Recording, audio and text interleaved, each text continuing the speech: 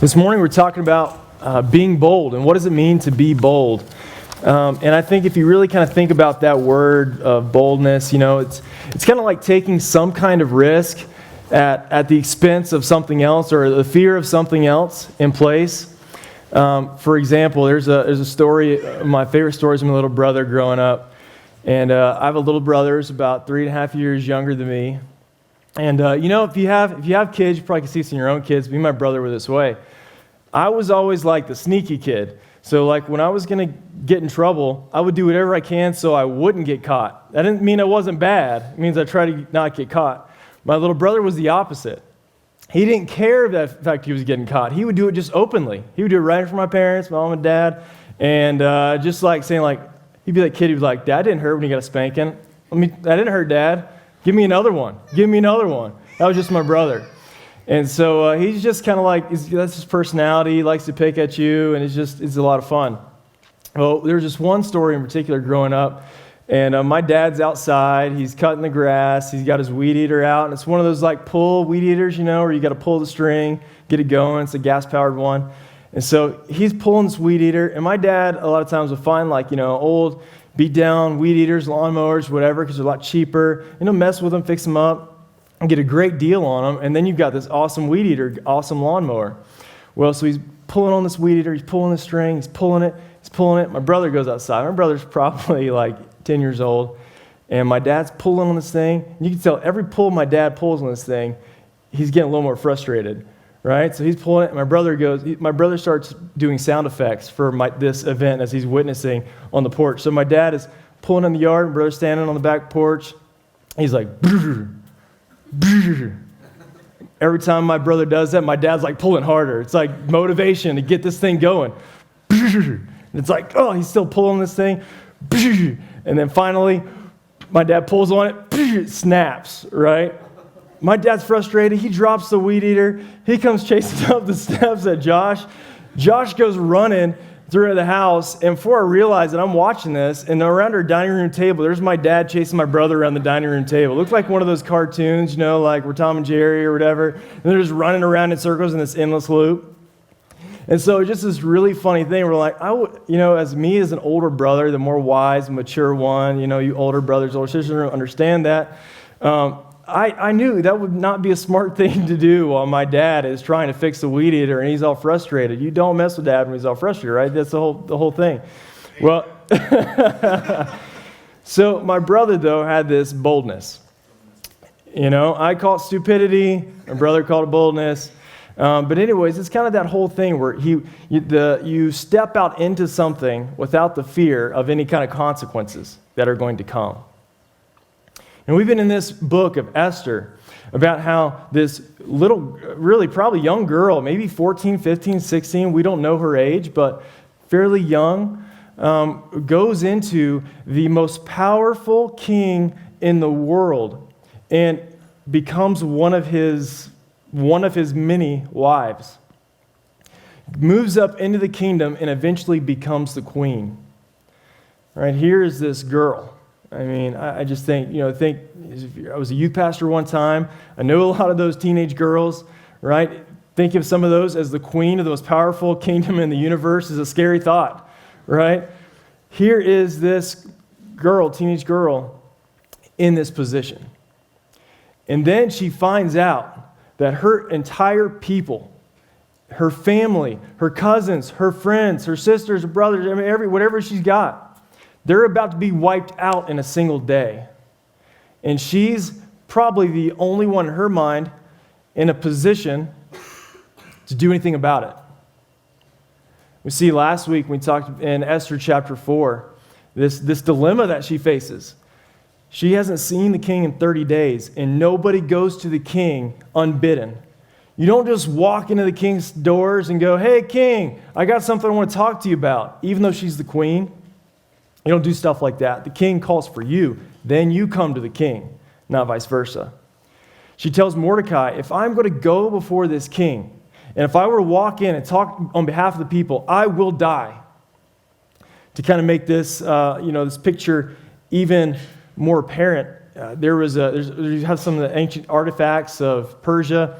And we've seen some of the pottery and stuff like that. And in some of the pictures, you've got pictures of Xerxes I, he's the king of Persia, and he's sitting on his throne. And right behind him is this very large man with a big old axe, right? And if you come before the king, you're going to get your head chopped off if he so wills it to be. So when Esther says, if I perish, I perish, she's probably thinking of this big old guy with the axe behind the king, thinking, that guy is going to chop my head off if I go before the king. And Mordecai says, well, you can't save yourself. You try to save yourself, and you'll perish. You and your father, you'll be the last part of your father's house, and you'll die. And deliverance from the Jews will come from another place, saying, God telling Esther, I don't need you to make my purposes be fulfilled and happen and take place, but I want to use you. And I think when we think about us as individuals, as human beings, and if we were to look at our own lives and we were to look at our inadequacies, our weaknesses, our failures, all those things that you've heard 1,000 times, that you've said 1,000 times, why would God call us and use us for his work, his kingdom purposes? It's an amazing thing. We're vessels, right? That God are broken, weak vessels that God chooses to use for his glory and for his purposes. Does God need us? No. But he chooses to work through us and chooses to use us. And here's the thing about everything that we try to do in life, right? Everything that we typically want to do from our flesh is to preserve whatever we have, right? We think about our things, our finances, our house, our job, and we're always trying to hold on to those things, and they seem so fleeting. Sometimes they seem so fragile, where in an instant that stuff can go away, right? It's gone. It's an illusion when we think we can hold on to that stuff. We can save it. We can harness it. We can utilize it, right? Because it all takes is that one phone call, right? And then there you go. You lost a loved one. You've lost a job. You found out you got cancer, on and on and on. You hear those things and see the fragileness of life. It's an illusion where we think we can to make those things permanent and safe and secure. And that's what we see in the life of Esther. And so here's the kind of beauty of being a Christ follower. If someone who has believed in Jesus Christ, repented and trusted in his forgiveness alone, right, for salvation, this is what that then allows us to do. What can any man do to you? What can any man really do to you?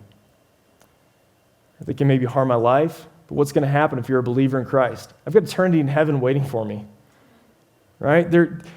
Big picture, right? We always look so little picture, right at this day, right at this moment, right at this hour. Big picture, God's got heaven, right? The eternity. I mean, what could I possibly lose? And I don't mean to make light of what you may be going through or what things that you may have faced in life, but that identity in Jesus of what he's already done allows us to live out in boldness for him. You think about in the sense of just like telling someone else about what Jesus has done for you. And sometimes there's this fear inside. It's like, I don't know if I could tell somebody about Jesus. That's scary, What if what if they're an atheist? What if they are going to get mad at me or something? And I'm not saying to be disrespectful. I think that's not good either. But I mean, this fear inside that says, I can't talk to somebody. I can't share my faith with somebody. Or maybe you're not a Christ follower. Maybe you're not a believer. Maybe you're like, I'm not so sure about this whole thing about being a Christ follower.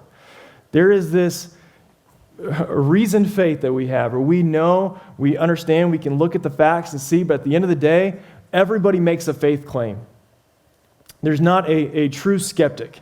You know what I mean? At the end of the day, you have to place your faith in something, even if that faith is just in yourself. Everybody place faith in something. Be bold and place your faith in Christ. So let's look into Esther chapter 5, and we're going to look into how Esther acts upon that boldness. If I perish, I perish. And look down into verse 1.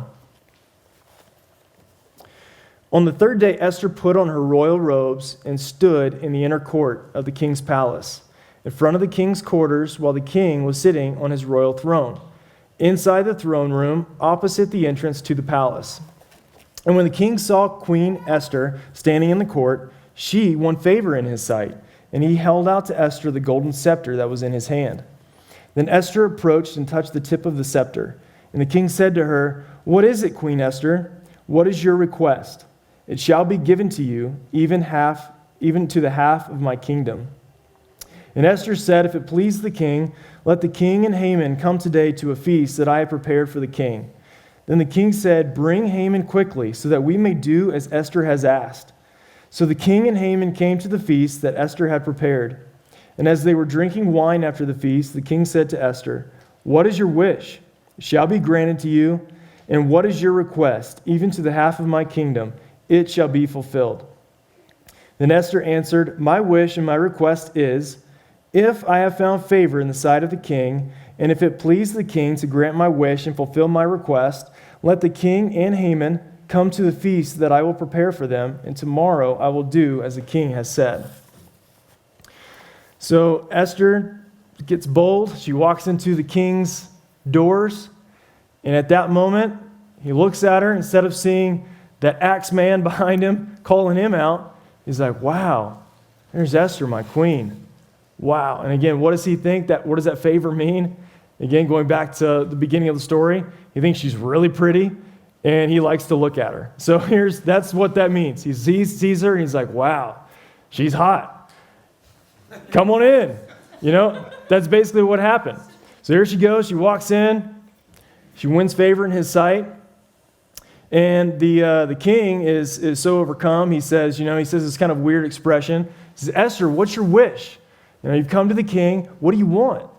Even to the half of my kingdom." And so this expression is something you've seen probably in you see in the New Testament, in the Gospels, when Herodias goes before Herod and says, she does this kind of seductive dance before him, and Herod says, what do you want? Even up to the half of my kingdom. It's an expression that is used to not literally mean the half of the kingdom, but basically a request. You can give any request before the king, and if it's reasonable, he'll grant it. It's just like an idiom, or something, one of those expressions that we use that don't literally mean that thing, but it's got that connotation that he's going to grant her some request. So here he says, throw your request, Esther. What's your wish? So Esther kind of says, well, what I would like is that I would like for you and Haman to come to a feast that I prepared for you, just for you guys. And so, the king's like, absolutely, let's do it. Let's go to the feast, and that sounds great. The king grants her what she wishes, and then if they go to the banquet, what happens? King says, all right, Esther, this is a great banquet. It's great to have us here, but what do you really wish? And she says, well, I want you guys to come to another banquet, right? Not only is there a first banquet, but I want you to come to a second banquet. So it almost is like Esther's kind of not coming directly out with it, right? She's been bold and coming before the king, but now she's kind of almost like stringing him along a little bit. Like, okay, I've got a feast. Come to this feast with me. And then at that feast, the king has to regain. He's like, let's go to another feast. And if you're not quite following the story or you haven't read up to this point, Haman is the bad guy of the story. He's the villain, right? Haman is the one that has wanted to wipe out the Jews. We realize that he traces all the way back to Amalek and the Amalekites and an old feud that goes way back to King Saul, where King Saul and the Amalekites were always fighting and fighting and fighting. Saul was supposed to help wipe out the Amalekites, and he didn't. And Haman is a result of Saul's sin, disobedience to God. And Haman now wants to wipe out all the Jews, and he's about to do that. In every shape or form, when you look at this situation, it seems like Haman's going to be successful. Why would he fail? How is it possible he could fail? He's second in command. He's probably got more authority than Esther does. He's already built the gallows. The king has already given the signet ring. He's already signed the decree that all the Jews are going to be destroyed. Everything up to this point says this is going to happen. It's a done deal. And Esther realizes if I go before the king and I'm not bidden, that's also a done deal, that I'm going to get my head chopped off. But it's not a done deal. And again, everything in the book of Esther is, again, kind of highlighting who really has authority. Is it King Xerxes? Is it Haman? No, we've talked about God being behind the scenes and God being sovereign over the whole deal. He's in control over it all. Even though it seems like it's just gone a mess, right? It seems like the Jews are going to be destroyed. It seems like Esther's going to lose her life. Everything that seems is not how it appears. Everything appears not how it seems. And so we see that God, behind the scenes, is controlling, pulling the strings, that even the most powerful man on this planet, God can move him to grant favor to a teenage girl, right? And in that favor, use that situation to save his people. You think about like favor that we feel like maybe we have, right? Favor with other people, or favor in our job, or favor in our things. How many times do you look at those things and think, really, this is what God has given me? Or do you look at your empire, the things that you've done, the things that you've built, the things that you've made, the promotions you've got, everything, and you think, wow, I'm really good at this. Or look what I've done. Or look at what people think of me. I've got a lot of respect. I've got a lot of people thinking well of me. And those things are the thoughts that drive your decisions. Those things are the bedrock. What allows you to act in the way that you do or behave the way in which you do is the perception of other people, or this internal thought that this is all mine, and I've built this empire, and I've done this, and I've done that, and I've done that. If you want a good test to see what really is the case, what happens when you lose that thing? Do you immediately go, how could this happen? I've done all the stuff? You're like, God, it's in your hands. Most of the time, I don't respond to God, it's in your hands, at least at first. Most of the time, it's usually, how could this happen? How in the world could this happen to me? Because the real issue is our trust is not in God, but it's in ourselves. I'm going to go back to the beginning about our faith claims. Everybody places faith in something. You may say that you place your faith in God, but at the end of the day, where's your faith really? Is it really in God, or is it in yourself? God grants opportunity. God grants all of these things and for Esther, if she were to act upon fear, she would have not allowed the boldness to show what God was going to do and demonstrate. You know, I've shared a lot of stories about just in starting redemption and kind of going back to the very beginning. And really, when Lindsay and I just felt called to start redemption, and I remember the first day, I was not a youth pastor anymore in Mountain View, and it was like the first day of work as a church planner, right? And I get up in the morning, and I'm like, okay, get to sit down in the living room and the couch. I'm like, well, what do I do today? I'm just thinking, you know, I'm like, what's next? I mean, I don't have a sermon to prepare for. We don't have people. Like, I'm not preaching this week. I'm not teaching this week. It's like, what do we do? You know, and there's this kind of really overwhelming thought that kind of comes across my mind, and I'm like, God, if this thing fails, I mean, like, what do I do? I mean, I've got a Bible degree. Like, what am I going to find? Am I going to find a job? Can I go? I mean, I know Mountain View's already got another youth pastor. Like, I can't go back. I mean, so what am I going to do? And this whole faith thing that takes place when you say, you know what? It's not about me. It's not about me, right? It's not about you. And it's not about what we feel like we can do before God or what we feel like we can give God. Is that enough, God? God, are you proud of this? God, are you impressed by this? He's not. He's not impressed by anything we can give to him. It's all about God. He is the center of the story. He's the main actor of the play. It all goes back to him. It's all about him. It's all for him. Everything. And you think back into when Jesus in the triumphant entry, and Jesus is kind of going through Jerusalem, and he's going on this donkey, and he's riding on this donkey, and people are praising him, saying, Hosanna, Hosanna, blessed be the King of Kings. And the Pharisees are like, these people are being too loud. These people are being too loud. And Jesus says, if they don't worship me, the rocks themselves will cry out. Because all of creation is to go back to glorify the one who created it all. Right? Everything in creation screams for the glory of God. And for your life and for my life, that's what it's all about. If you're thinking, what's the purpose of this thing? How do I find meaning? How do I find significance in this life? It all centers back around God because it's all his. It all belongs to him. It's all for him. And everything in our lives should point back to him. that allows us to be bold, and that boldness is dangerous. Again, how do people go across the world? How do they share the gospel in places in Iraq and Syria where if you literally claim the name of Christ, you will get your head chopped off? How do people do that?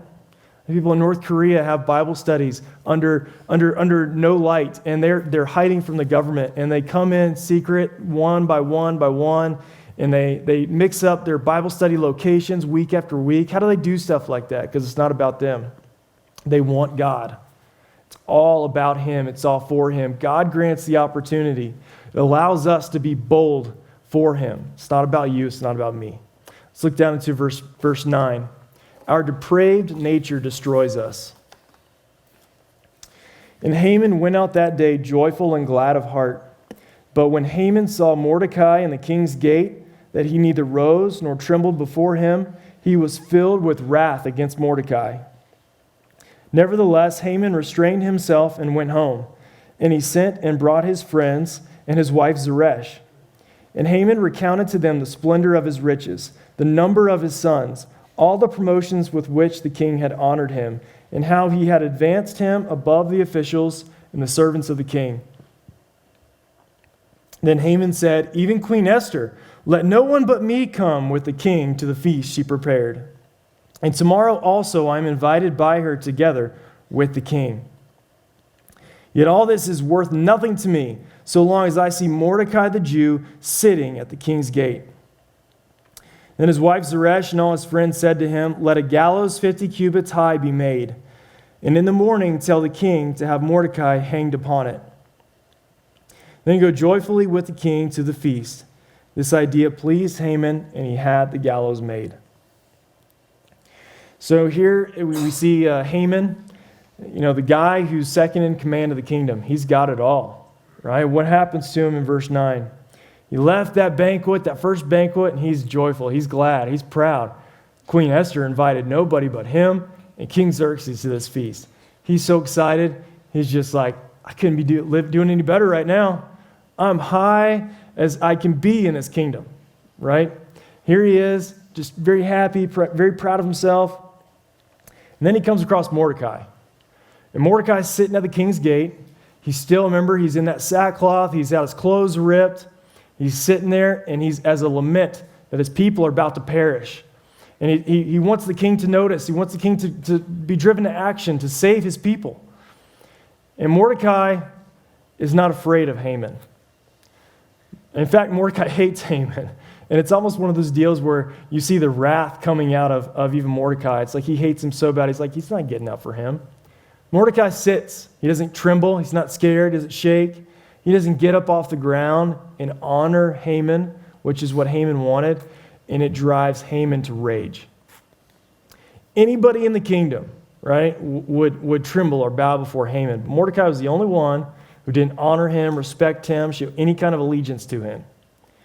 And that drives Haman crazy because he's the only guy, maybe apart from King Xerxes, that wouldn't do that.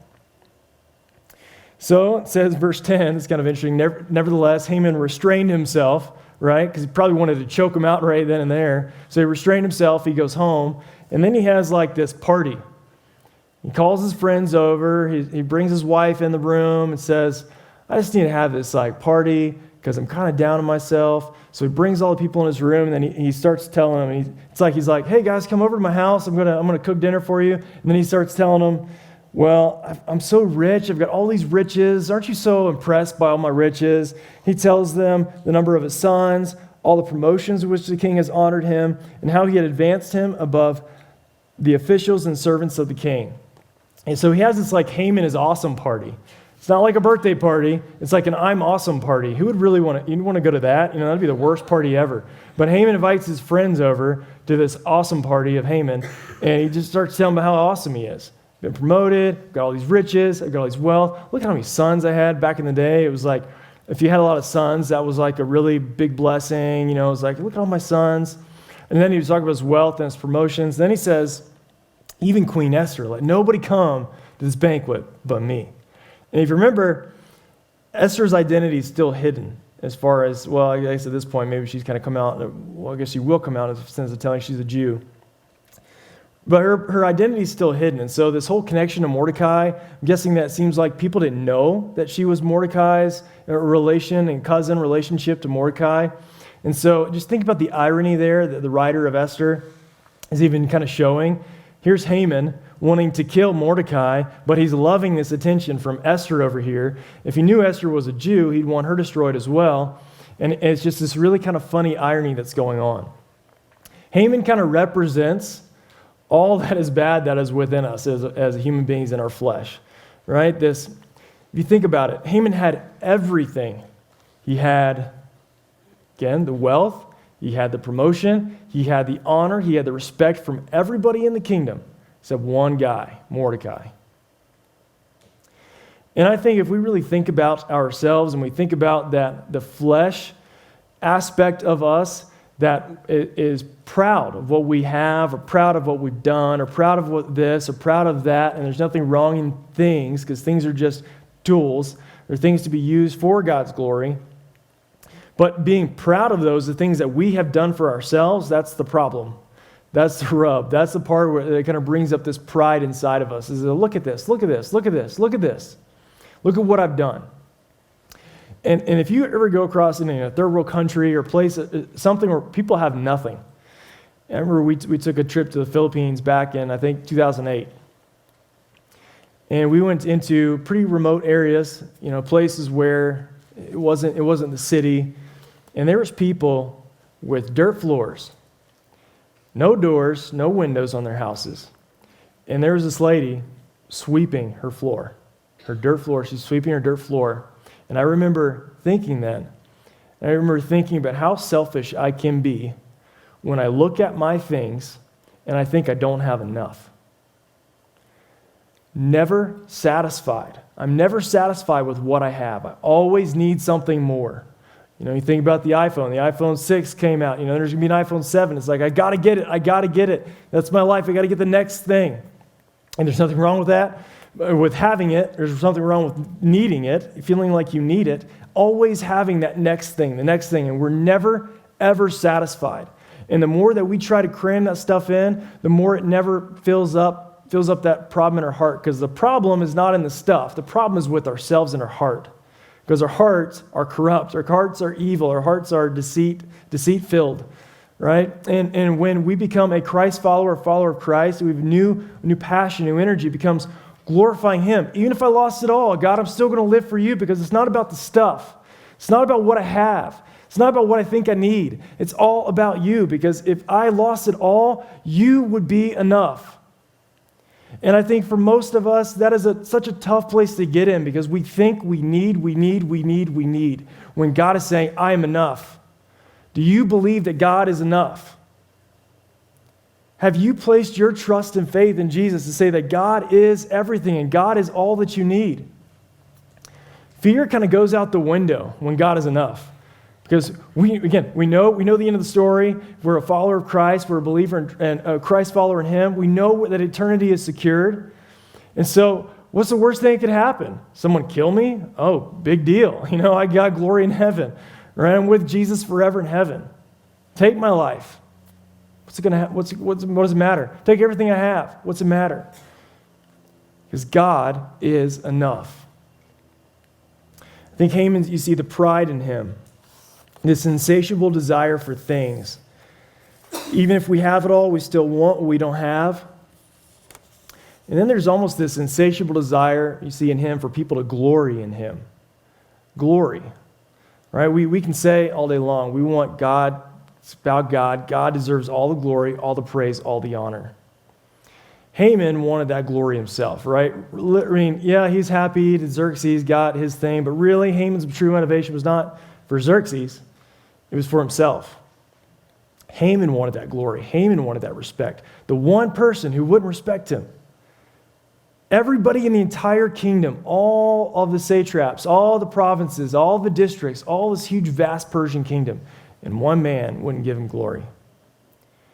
He needed that respect to make him feel like he was something. And he placed all his identity in people's opinions of him. Right? That was Haman's deal. And you think about it, how much stock and weight do we put in the way that people think about us?